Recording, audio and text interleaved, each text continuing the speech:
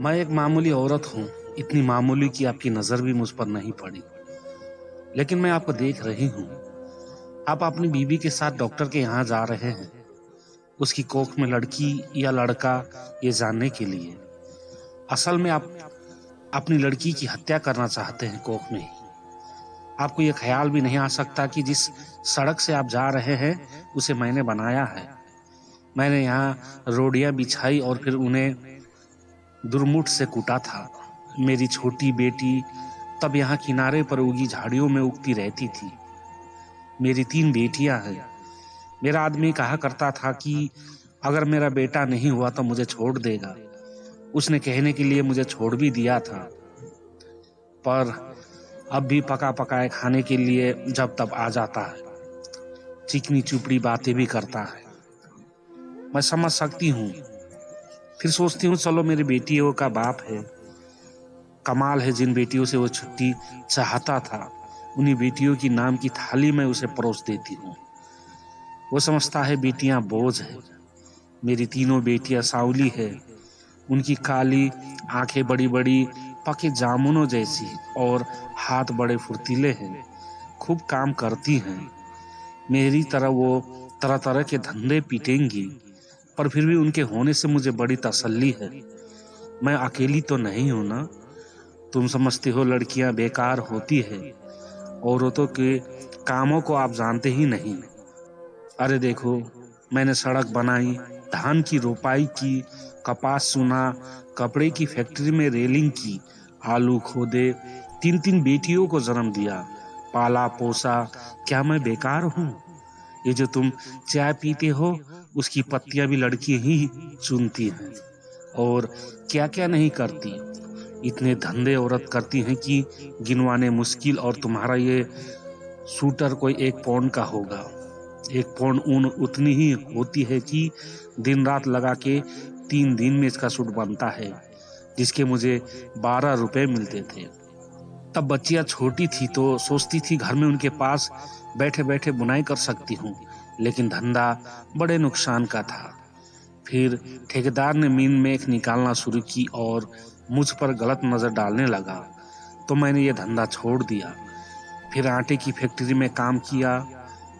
बड़े काम छोड़े और पकड़े। 2 4 मुर्गियां और बकरी तो खैर पालती ही हूँ। इसी तरह रुका सुखा चलता है।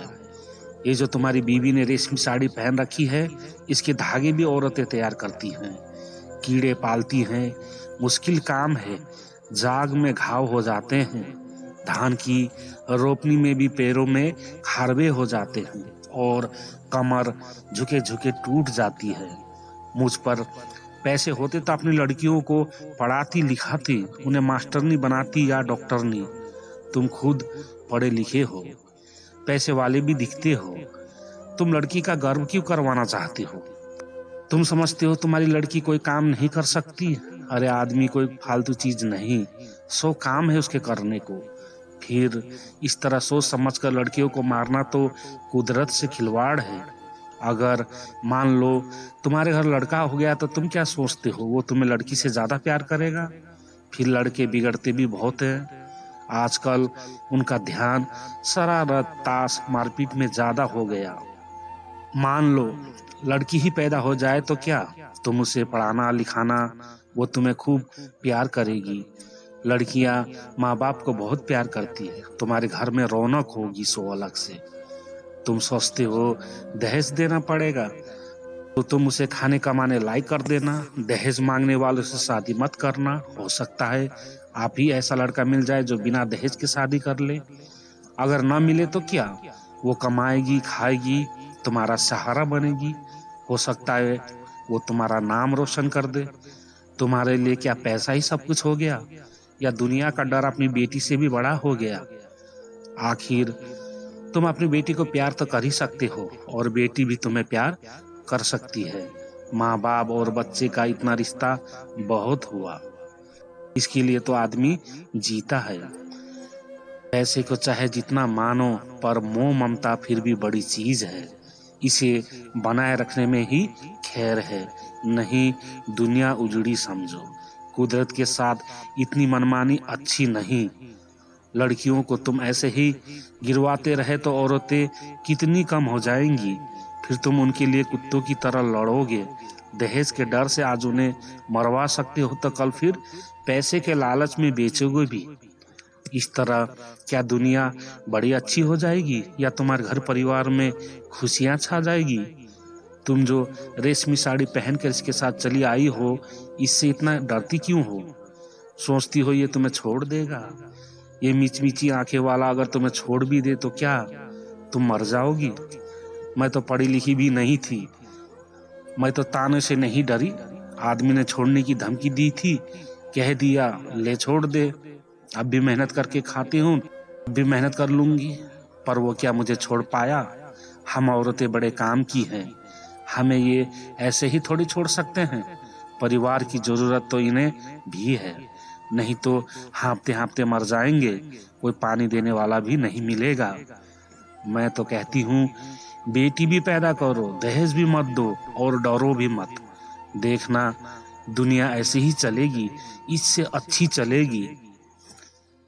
दाब धौंस कुछ कम ही होगी। मेरी बेटी ने कढ़ाई सिलाई सीखी है, वो न होती तो फिर क्या था? मैं तो दुनिया में धंधा पीटती मर जाती।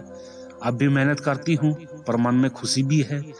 मेरी 3 लड़कियां खूब हुनर वाली है, कोयल जैसी आवाज है उनकी, सुने तो थकान मिट जाती है। ना करे कोई शादी अपनी जिंदगी भाड़ बनाएगा, और जो शादी करेगा सो भगवान होगा।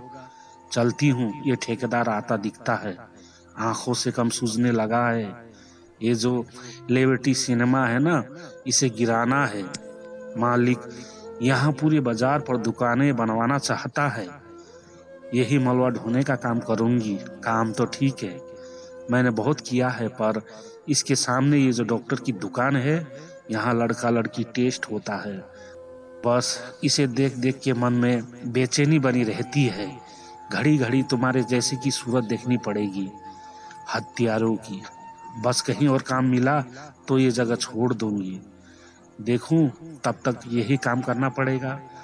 मैं पढ़ी लिखी होती तो ये सब बातें लिख देती, फिर तो तुम भी मेरी बात किताब में पढ़ लेते। पढ़कर तुम भी कहते उमा देवी बात तो पति की करती है।